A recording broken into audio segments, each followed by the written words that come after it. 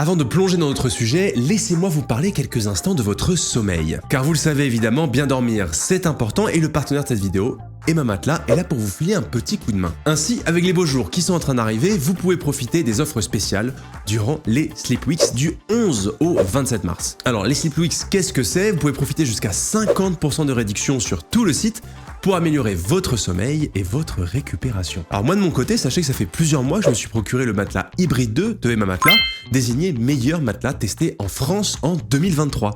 Avec sa mousse à mémoire de forme qui s'adapte à toutes les formes corporelles et à tous les styles de position, isolant vos mouvements et offrant un sommeil de grande qualité. Avec Emma, j'ai 10 ans de garantie, livraison et retour gratuit, sans nuit d'essai sans risque, acceptable pour tous les dormeurs et payable 3 ou 4 fois sans frais. Si ce n'est pas un matelas dont vous avez besoin, vous avez aussi les oreillers nuages par exemple, très confortables, ou la couverture 4 saisons, parfaite pour réguler votre température. Sachez que du 11 au 21 mars, pour l'achat d'un pack complet qui comprend un lit-coffre, un protège-matelas, une couette 4 saisons et 2 oreillers premium, le matelas Original 2 est offert. Elle est vraiment sympa cette Emma. Les Sleep Weeks donc c'est jusqu'au 27 mars minuit et profitez jusqu'à 50% de réduction sur le site. Et sachez qu'avec le code RIVENZI, vous avez 10% des réductions supplémentaires.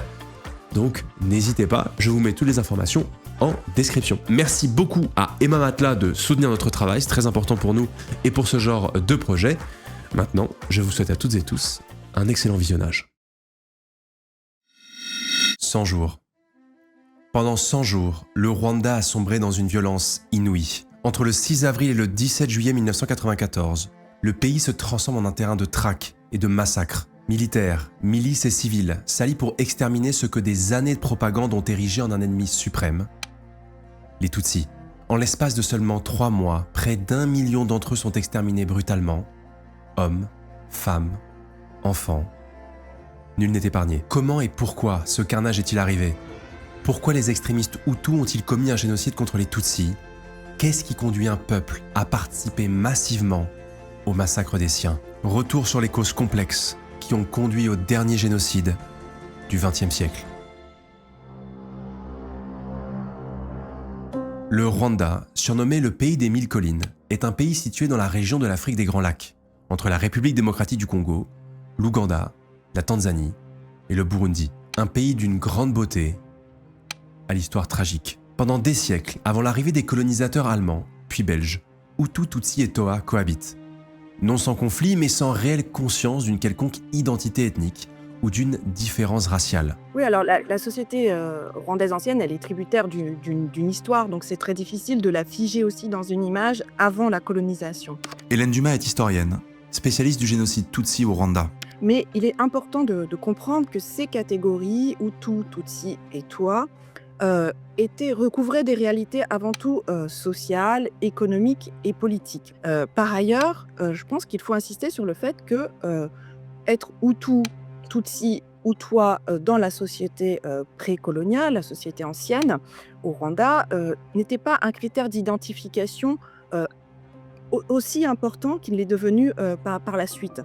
Ce qui était vraiment important dans l'identification des Rwandais, des bannières Rwanda à l'époque, c'est par exemple le clan auquel on appartient. Ensuite, le lignage, donc la famille au sens très élargi dans lequel on s'inscrit. Et puis aussi les origines régionales, parce que le royaume du Rwanda, eh bien, a élargi ses frontières à force de conquêtes et d'annexion de plus petites entités politiques. Effectivement, à la fin du XVIIe siècle, un roi, Ruganzu Ndori, unifie le pays sous son autorité et fonde le royaume Ninginya. Il y instaure et renforce un nouveau système politique et de nouvelles institutions. La cour, le district, une armée et ce qu'on appelle l'Ubuake. Alors, l'Ubuake, c'était une relation de clientèle. Une relation de clientèle entre ce qu'on appelle les Shebuja et les Abagaragu. C'est donc les On pourrait dire que les Cheouja, c'est ceux qui sont des propriétaires de bétail en particulier et qui vont donner l'usufruit de ce bétail à ces Abagaragu, donc qu'on traduit, je pense, très mal par serviteurs, mais je pense c'est plutôt des clients, hein, que des serviteurs. Et ces personnes vont pouvoir donc bénéficier du lait, de tout ce que du fumier, des vaches, mais néanmoins, ils n'en sont pas propriétaires. Et en échange, il y a aussi des relations de protection, hein, qui accompagnent le buhake. On est dans un système, si vous voulez, de clientélisme très fin, très complexe, voilà, encore une fois, qui ensuite sera interprété comme un système de servage. Il est loin d'être un système de servage. Se basant sur ce système de clientèle très particulier pour nous occidentaux, Ndori construit un royaume centralisé qui, à force de conquêtes militaires, s'étend progressivement. Le roi, soutenu par une aristocratie recrutée dans certains lignages et clans, contrôle de plus en plus de pâturages et de troupeaux, au détriment des petits éleveurs et des autres chefs. Toutefois, il faut attendre la colonisation pour que la fracture entre Hutu et Tutsi se creuse véritablement et devienne un élément central de la vie politique et sociale. En effet, ce sont les premiers explorateurs, puis les colonisateurs et les missionnaires européens qui ont simplifié, figé et interprété la distinction entre Hutu et Tutsi. À partir de leurs observations et d'une lecture raciale alors dominante en Europe, ils ont érigé le mythe d'un antagonisme racial historique. Les Hutus, puis les Tutsis auraient successivement conquis le Rwanda, initialement peuplé par les Toa, et les Tutsis auraient fini par imposer une monarchie féodale au détriment de l'ensemble de la population. C'est ce qu'on appelle le mythe hamitique. Le Rwanda est resté relativement tardivement inaccessible aux Européens.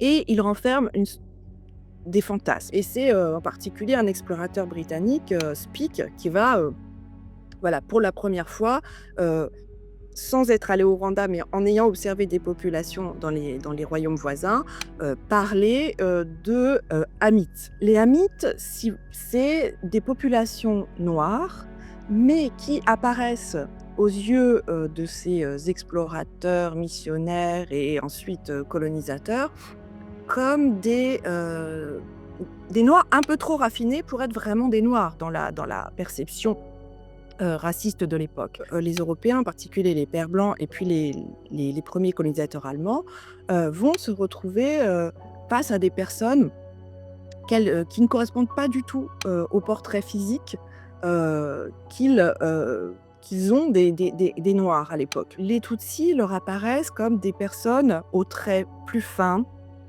à la taille plus élancée, aux manières plus subtiles, plus délicates.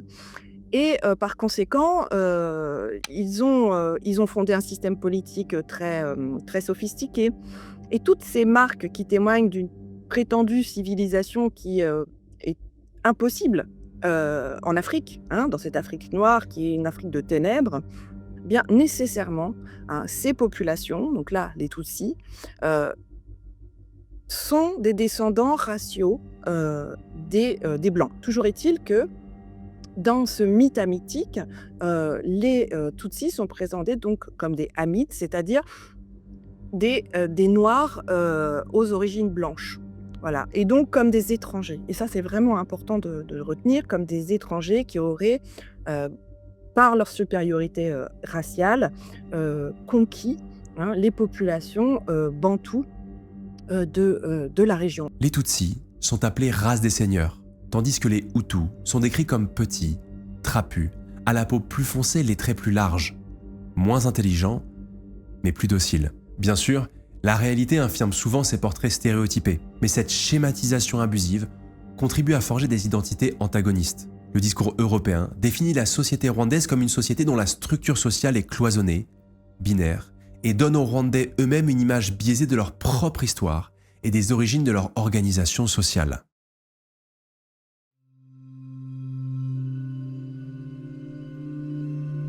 La fin du 19e siècle est marquée par l'arrivée des Allemands au Rwanda. En effet, sans conquête d'ordre militaire ou diplomatique, certaines puissances européennes telles que l'Allemagne, la Belgique, la France, l'Italie ou encore le Royaume-Uni ont acté la répartition des territoires africains entre elles, et notamment l'octroi du Rwanda à l'Allemagne. C'est durant la conférence de Berlin, qui a eu lieu entre 1884 et 1885, que ce partage a été décidé, où qu'ont été entérinées des situations de conquête coloniale antérieures. La colonisation allemande, c'est une colonisation, comment dire?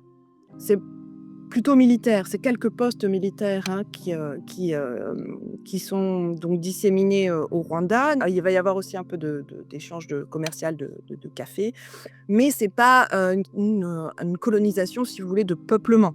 Il n'y a pas voilà, des milliers d'Allemands qui vont venir prendre pied au Rwanda. Non. En 1897, le Mwami Yui Musinga signe donc un traité de protection avec l'Allemagne.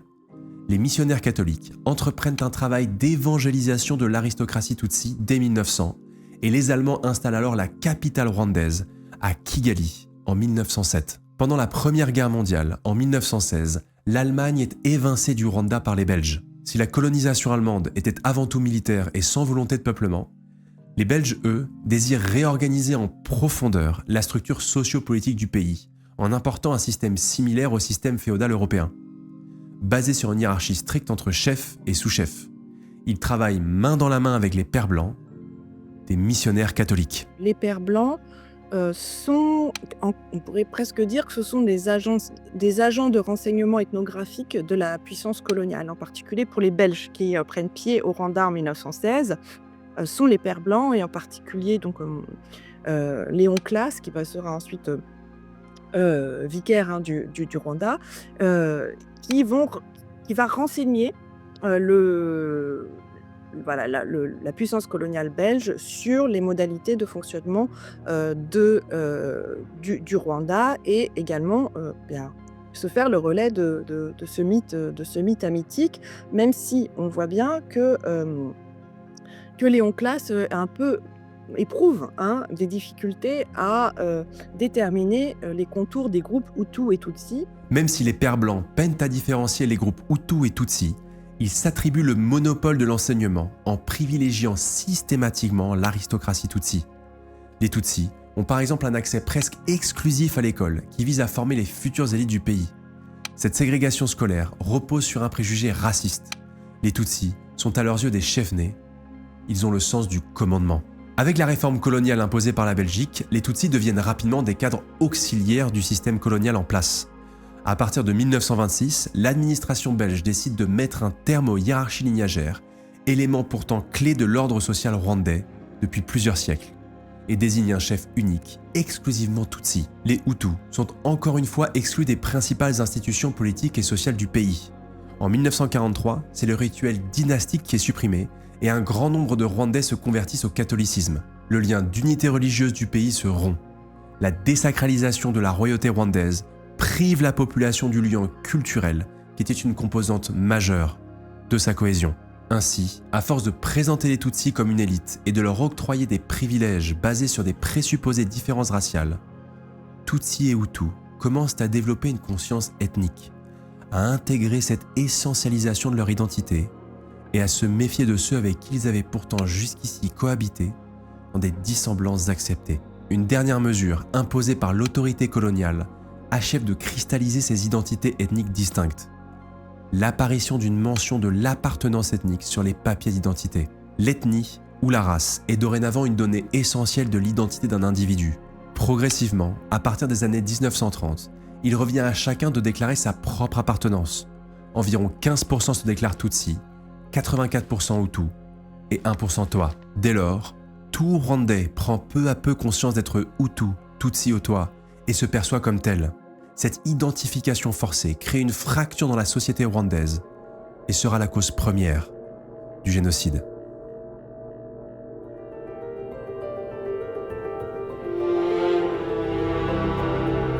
Au cours des années 1950, un mouvement de revendication émerge chez les élites Hutus. Ils dénoncent les inégalités dont ils sont victimes et accusent les Tutsis d'être responsables de leur inféodation.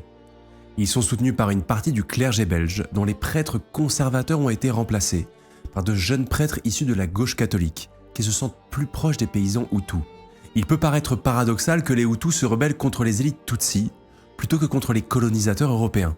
Mais dans le contexte de la société rwandaise de cette époque, cela l'est-il réellement ? l'élite Tutsi, donc privilégiée par le système colonial, est gagnée par des ferments de nationalisme et réclame, à bas bruit d'abord, puis de manière plus ouverte, revendique la fin de la tutelle coloniale belge. Et si bien que les autorités coloniales belges se perçoivent comme étant trahies par ceux-là même qu'ils avaient choyés par le système mis en place par eux-mêmes. Et on assiste à un véritable retournement d'alliance qui sera manifeste à partir de la fin des années 50. Les autorités coloniales belges et l'Église catholique, qui est aussi une puissance politique au Rwanda à cette époque, et qui va l'être encore très longtemps, soutiennent cette contre-élite Hutu dans leurs revendications, et notamment leurs revendications contre, je cite, le colonialisme Tutsi. Pour résumer, l'administration coloniale belge s'est appuyée sur une partie de l'élite Tutsi, fondant sa loyauté sur des présupposés raciaux. Cependant, dans le contexte de la montée des revendications décoloniales après la Seconde Guerre mondiale, cette même élite, désormais animée par un sentiment nationaliste, réclame le départ des autorités belges. Face à ce revirement, les forces mandataires belges choisissent avec le soutien de l'Église de modifier leur stratégie. Les autorités belges organisent des élections pour élire de nouveaux cadres administratifs. Or, puisque les Hutus sont en grande supériorité numérique, ils remportent la majorité des chefferies et sous-chefferies. Forts de leur nouvelle position, les Hutus précisent leurs revendications et en mars 1957, 9 intellectuels Hutus publient le manifeste des Bahutus. Ce document d'une dizaine de pages est adressé au vice-gouverneur général du Rwanda et vise à dénoncer la domination Tutsi et à réclamer des réformes plus égalitaires. Les auteurs reprennent les idées instillées par le discours colonial, comme l'existence d'une distinction raciale naturelle et le mythe d'un asservissement des Hutus par les Tutsis. Ils défendent que les Hutus sont les seuls propriétaires légitimes du pays et que les Tutsis sont des oppresseurs nés. Ce texte est une nouvelle étape importante de radicalisation du discours contre les Tutsis. Des mouvements politiques comme le Parmé Hutu de Grégoire Kayibanda en sont les porte-paroles. Ce qui est important de retenir, c'est que ces mouvements Hutus de la fin des années 50, ils ne mettent pas en cause, si vous voulez, la vulgate raciste et de hiérarchie raciale imposée par la colonisation. Au contraire, ils en font un des pivots de leur pensée politique, mais pour inverser, si vous voulez, le régime d'inégalité, c'est-à-dire pour que ce soit les Hutus, au nom de leur légitimité numéraire et de leur autochtonie supposée, qui prennent le pouvoir contre les envahisseurs Tutsis, usurpateurs, etc. etc. Donc c'est ce système-là qui est mis en place. Si vous voulez, faut se départir de l'idée de l'évidence ethnique. Parce qu'on est Hutu, on est forcément du côté du Parmé Hutu et pour Kayibanda, et quand on est Tutsi, on est forcément monarchiste, aristocrate. Non, il y a des mouvements, il y a des contestations. L'année 1959 marque le début du cycle des massacres. Au milieu du processus d'autonomie initié par la Belgique, des milliers de Tutsis sont massacrés. 120 000 sont déportés dans le sud-ouest du Rwanda et 250 000 Tutsis et Hutus modérés s'enfuient du pays vers le Burundi, le Congo ou l'Ouganda. L'administration belge, inquiète à l'idée d'un coup d'État Tutsi, charge le lieutenant-colonel Guy Logier de liquider l'élite Tutsi et de transférer le contrôle du pays au Parmé Hutu, parti du mouvement de l'émancipation des Hutus, un parti ouvertement raciste qui réclame l'exclusion totale des Tutsis du pouvoir. L'indépendance du Rwanda s'accompagne d'un certain nombre d'actes fondateurs, on dirait. Donc d'abord 1959, les premiers pogroms, puis 1960-1961, des élections communales qui remplacent donc les chefs et les sous-chefs, tout le cadre indigène Tutsi, et surtout l'abolition de la monarchie en 1961. Donc le Rwanda, si vous voulez, va accéder à l'indépendance dans un format politique radicalement différent de ce qu'il avait connu auparavant, puisque en 1962, le Rwanda est une république et n'est plus une monarchie, et il est dirigé donc par Grégoire Kayibanda, qui est un président Hutu et qui le revendique comme tel. Le 1er juillet 1962, Le Rwanda est officiellement indépendant et Kayibanda devient président. C'est la fin de la tutelle belge et de l'ascendance de l'aristocratie Tutsi. Fidèle à son programme, le Parmé Hutu pratique une politique discriminatoire à l'égard des Tutsis.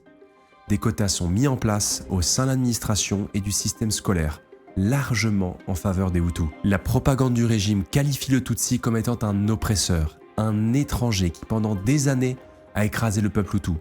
De nombreux Tutsis fuient dans les pays voisins par peur de représailles et commencent à organiser une force de résistance armée depuis l'étranger. La violence contre les populations Tutsis répond à chaque tentative d'incursion armée initiée par les groupes de Tutsis en exil. Déjà, les Tutsis sont traités de Inyenzi, cafards, cancrelats et surtout de serpents. Le président Kayibanda les menace d'une fin totale et précipitée dans un discours du 11 mars 1964. En 7 ans, plus de 20 000 Tutsis sont massacrés pour la seule raison qu'ils sont Tutsis. Plus de 300 000 d'entre eux fuient le Rwanda. Cette violence injustifiée a 2 conséquences. 1. Elle renforce les consciences d'appartenance ethnique. Et 2. Elle entretient et perpétue une hostilité contre les Tutsis, perçus comme des ennemis de l'intérieur. On retrouve cette mobilisation de l'ennemi de l'intérieur lors des massacres, en particulier des grands massacres qui ont lieu dans la région de Gikongoro à Noël 1963. Parce qu'il y aura près de 20 000 personnes qui seront assassinées à cette période. Et on leur retrouve cette notion d'ennemi intérieur réactivée à partir de 1990, quand le Front patriotique rwandais lance son offensive le 1er octobre 1990. L'idée, c'est de dire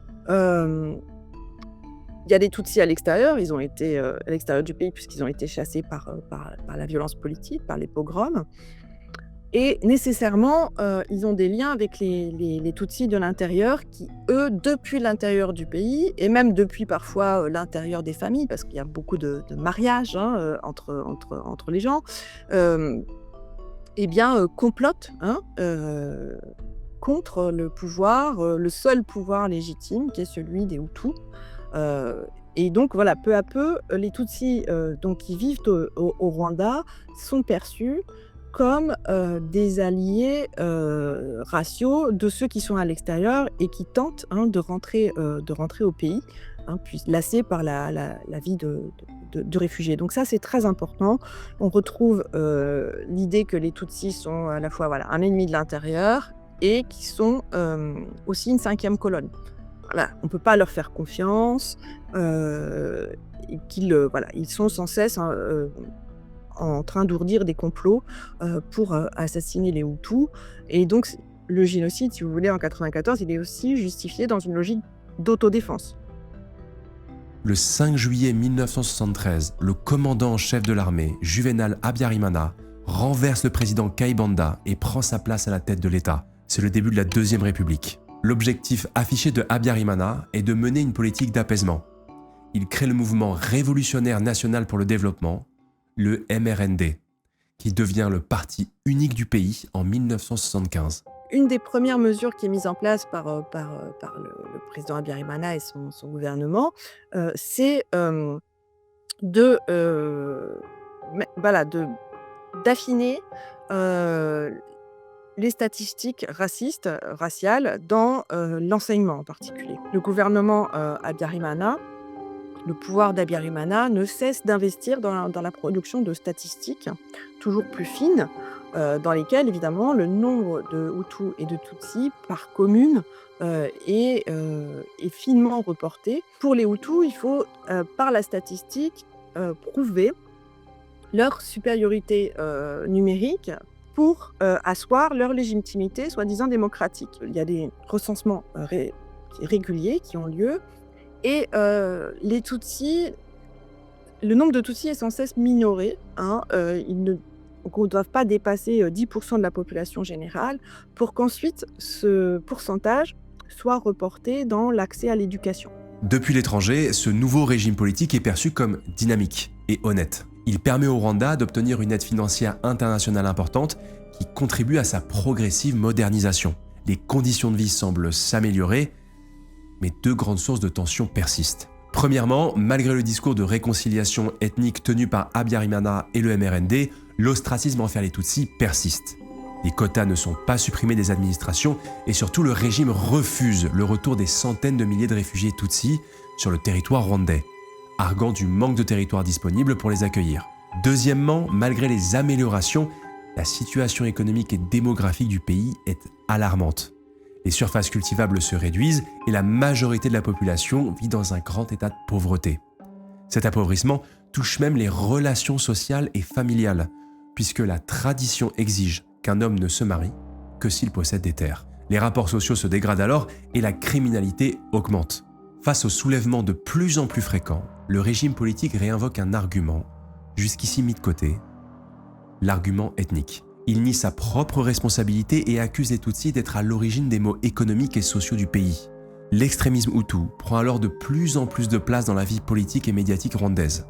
Il porte un discours radical dont les idées principales sont résumées dans les 10 commandements du Hutu, un document publié dans le périodique anti-Tutsi Kangura en décembre 1990. On peut par exemple y lire que chaque Hutu devrait savoir que tout Tutsi est malhonnête en affaires, que tout Tutsi a pour seul but la suprématie de son groupe ethnique, que toutes les positions stratégiques, politiques, administratives, économiques, militaires et dans la sécurité devraient être assurées uniquement par des Hutus, ou encore que les forces armées rwandaises devraient être exclusivement composées de Hutus.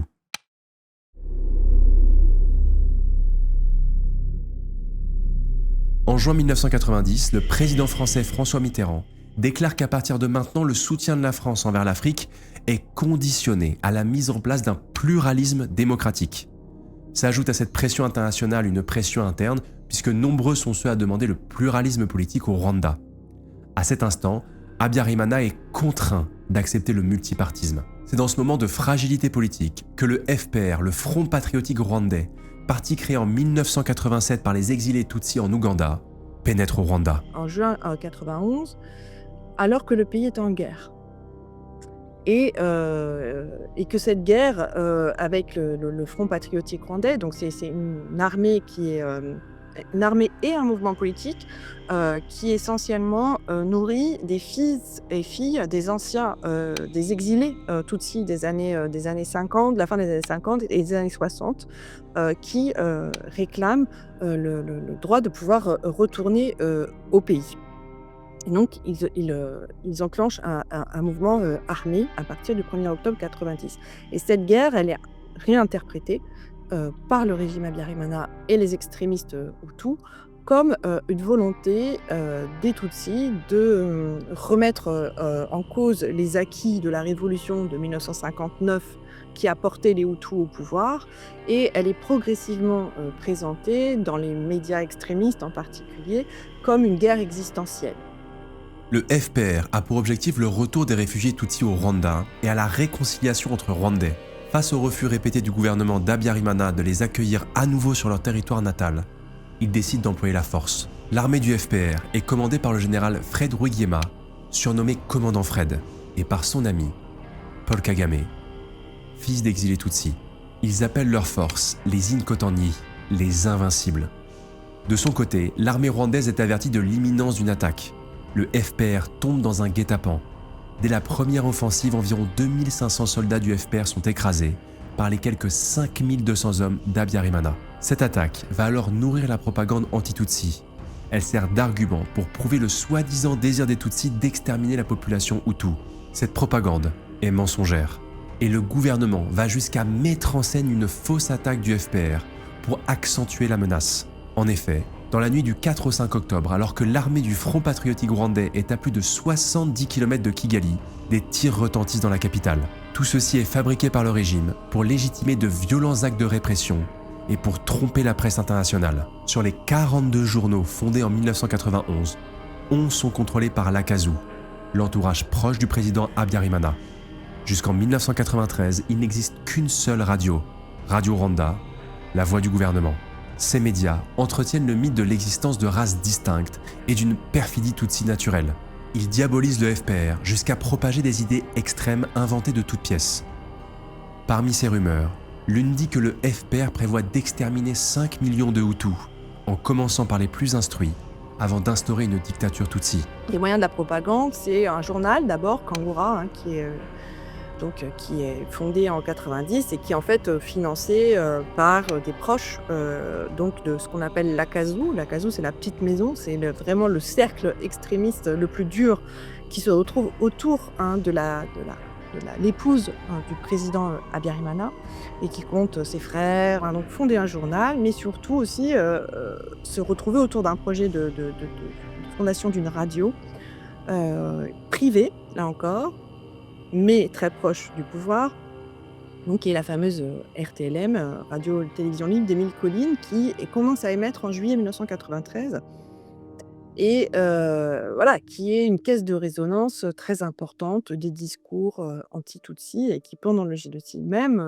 désignera aux tueurs les victimes à assassiner. Progressivement, les paysans hutus baignant dans ce climat de menaces et de peur commencent à croire en la réalité d'un complot Tutsi fomenté contre eux. Feignant une intention de protection des paysans hutus, Léon Mukesera, président du MRND dans la préfecture de Kinyansi, déclare qu'il est nécessaire d'exterminer les Tutsis. Il achève d'exciter le climat de terreur et de paranoïa par cette phrase glaçante. Sachez que celui à qui vous ne couperez pas le cou, c'est lui qui vous le coupera. Peu à peu, les actes de violence se multiplient. Des milliers de personnes sont incarcérées, torturées ou tuées au nom d'une traque contre un ennemi intérieur imaginaire. Des milices se forment et pillent leurs victimes. De son côté, affaibli, le FPR reconstitue ses troupes en Ouganda et lance de brèves offensives. Face à ce cycle infini de violence, la nécessité de paix s'impose. Le gouvernement de coalition formé en avril 1992 négocie un cessez-le-feu avec le FPR signé à Arusha le 14 juillet 1992. Les discussions ont permis un accord quant au partage du pouvoir entre les différents partis, ainsi qu'à propos du rapatriement des réfugiés et de l'intégration du FPR dans les forces armées. Mais les extrémistes hutus s'opposent à ces accords. Les manifestations hostiles à leur égard s'intensifient et les massacres continuent. Ainsi, le 8 février 1993, le FPR viole le cessez-le-feu en lançant une offensive dans le nord du pays. Il justifie la nécessité de cette attaque pour clôturer les négociations ralenties par Habyarimana. Mais ce geste vient relancer l'engrenage de la violence et radicalise encore davantage les Hutus hostiles au retour des réfugiés Tutsis au Rwanda. En réalité, depuis l'instauration du multipartisme en 1991, les radicaux Hutus ont pour plan d'instaurer un régime totalitaire qui aurait pour priorité l'élimination massive des Tutsis. Pour mener leur ambition à bien, ils savent qu'ils ont besoin de deux choses. 1. Le soutien de la population. 2. Du matériel d'armement suffisant. Le colonel Bakosora, à la tête de cette conspiration, fait livrer armes à feu et armes blanches, principalement des machettes aux milices et aux forces d'autodéfense civiles. Le 21 octobre 1993, à Bujumbura, capitale du Burundi, des officiers Tutsis assassinent le président d'origine Hutu, Melchior Ndadaye. De l'autre côté de la frontière, la réponse des radicaux Hutus ne se fait pas attendre. Pendant près d'une semaine, la RTLM, la radio-télévision libre des Mille Collines, connue pour ses positions particulièrement pro-génocidaires, appelle à la chasse aux Tutsis et aux Hutus de l'opposition. Environ 10% des Tutsis du Burundi sont massacrés en à peine quelques jours, soit près de 100 000 victimes. Entre l'offensive de 1993 du FPR et l'assassinat du président Ndadaye, le doute n'est plus permis.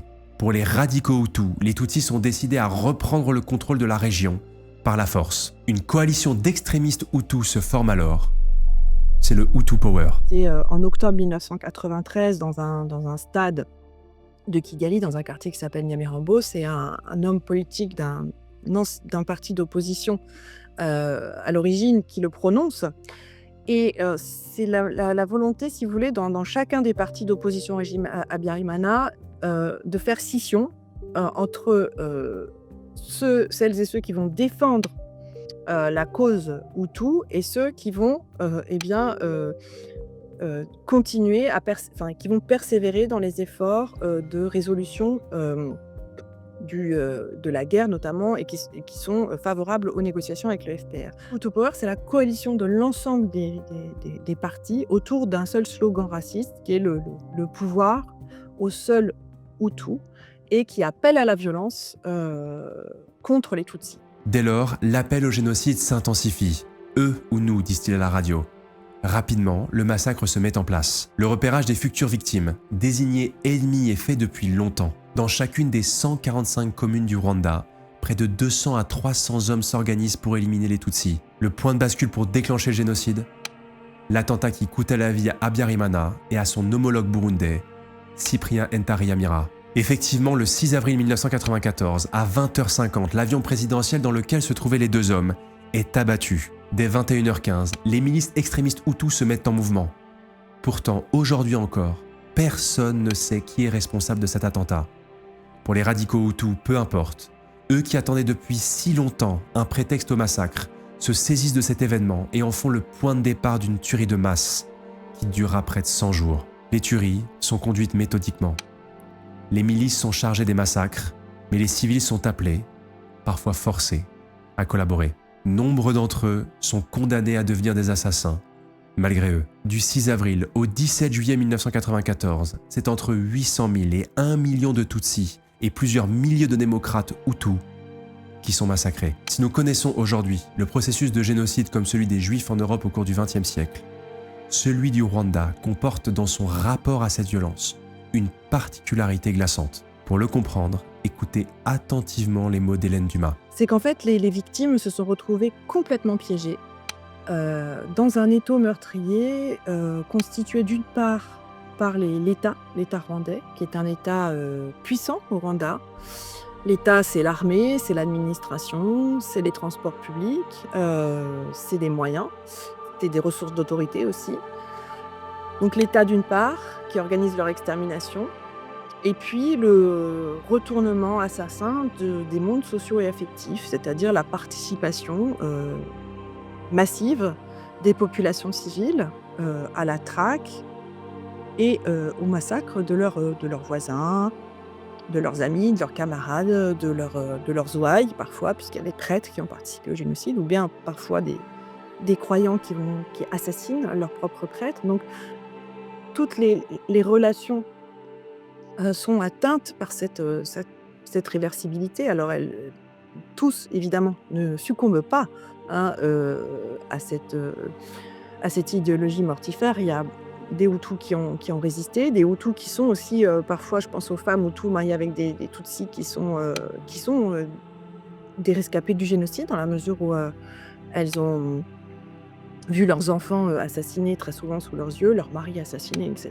Donc voilà, il y a, là encore, je pense que ce qui est frappant, c'est cette efficacité du génocide, parce qu'il y a ces forces de la société, des sociétés et de l'État qui se coalisent pour ne laisser aucune chance aux victimes. Le génocide des Tutsis est le résultat d'un processus long qui a forgé et figé des identités antagonistes.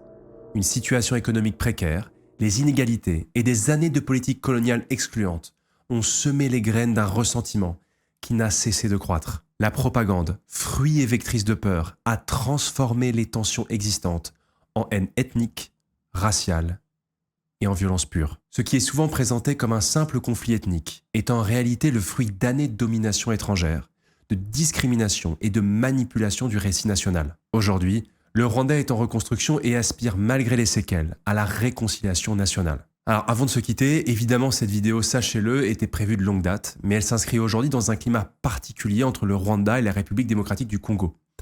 Effectivement, la présence de milices armées soutenues par Kigali, d'ailleurs condamnées par l'ONU il y a cela quelques semaines, pousse aujourd'hui de nombreux Congolais à l'exode, fuyant ces violences. Alors évidemment, même si notre vidéo parle d'histoire, nous avons une pensée aujourd'hui pour toutes les victimes en République démocratique du Congo.